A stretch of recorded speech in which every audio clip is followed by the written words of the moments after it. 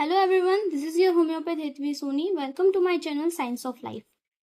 So आज हम देखेंगे कि सेकेंड ईयर BHMS का जो सिलेबस है वो किस तरह से है. सो सेकेंड ईयर में सबसे पहले तो सेकेंड ईयर वन ईयर का है, मतलब कि एक साल का ही है. उसमें 2 टर्म्स होते हैं, 6 मंथ का 1 term first term and 6 month का दूसरा टर्म.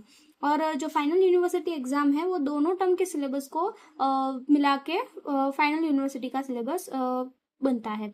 तो उसमें हम फाइनल यूनिवर्सिटी में पूरे सेकेंड ईयर का एग्जाम देते हैं.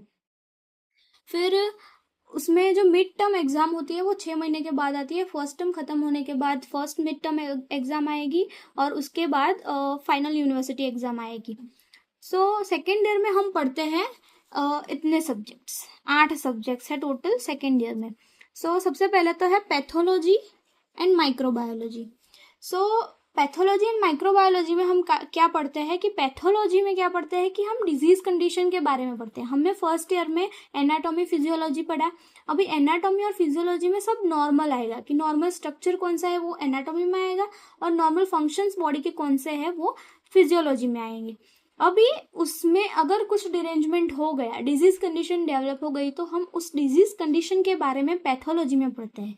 और माइक्रोबायोलॉजी में पढ़ते हैं कि मतलब माइक्रोब्स जो होते हैं, bacteria, virus, fungus, then parasites, वो सब पढ़ते हैं हम माइक्रोबायोलॉजी में.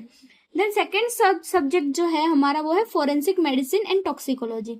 अभी फोरेंसिक मेडिसिन में हम पढ़ते हैं कि जैसे कि हमने वो CID हम देखते हैं. CID में जो भी वो फोरेंसिक मतलब कि जो क्राइम होते हैं उसके अकॉर्डिंगली जो फिजिशियन होते हैं, मतलब कि जो डॉक्टर होते हैं, उसको क्या क्या देखना पड़ता है उसमें.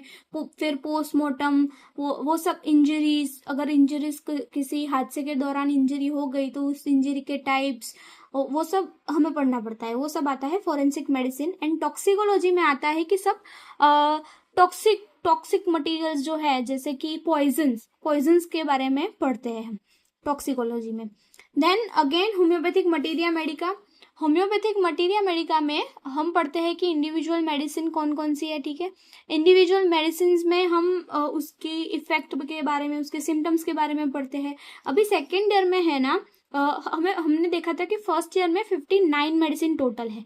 अभी सेकेंड ईयर में टोटल मेडिसिन है 48 मेडिसिन सिलेबस में है. और उसमें से फर्स्ट टर्म में 22 मेडिसिन है फर्स्ट टर्म में, और सेकेंड टर्म में है 26 मेडिसिन. सो टोटल हो गई 48 मेडिसिन. देन सब्जेक्ट है हमारा organelle of medicine and homeopathic philosophy.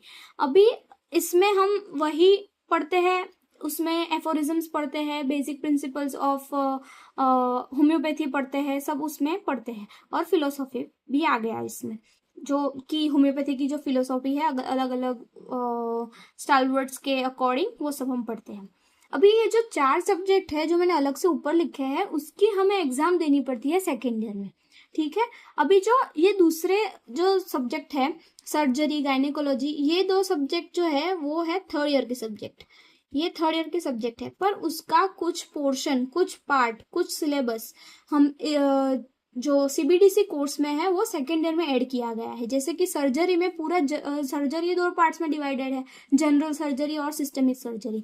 उसमें से जो जनरल सर्जरी है वो पूरा का पूरा आता है सेकेंड ईयर में, और पर उसकी एग्जाम नहीं होती, उसकी एग्जाम थर्ड ईयर में ही होती है, पर उसका सिलेबस है सेकेंड ईयर में.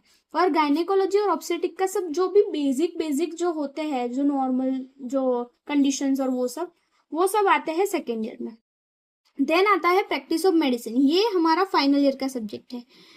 जो प्रैक्टिस ऑफ मेडिसिन है ये फाइनल ईयर का सब्जेक्ट है.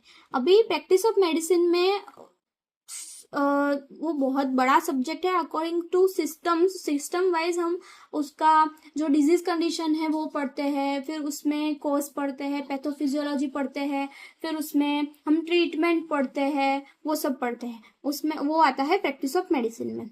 और लास्ट जो सब्जेक्ट है वो है होम्योपैथिक लेबोरेटरी और केस्टिंग. इसका भी एग्जाम सेकेंड ईयर में नहीं होता है, इसका एग्जाम थर्ड ईयर से स्टार्ट होता है. थर्ड ईयर और फाइनल ईयर में इसका एग्जाम होता है. योगा तो सिर्फ हेल्थ प्रमोशन के लिए दिया गया है. उसमें हम प्रैक्टिकल जो होते हैं योगा के, अलग अलग आसनास और वो सब करवाते हैं उसमें योगा में.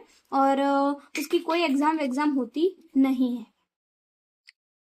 Okay, thanks for watching.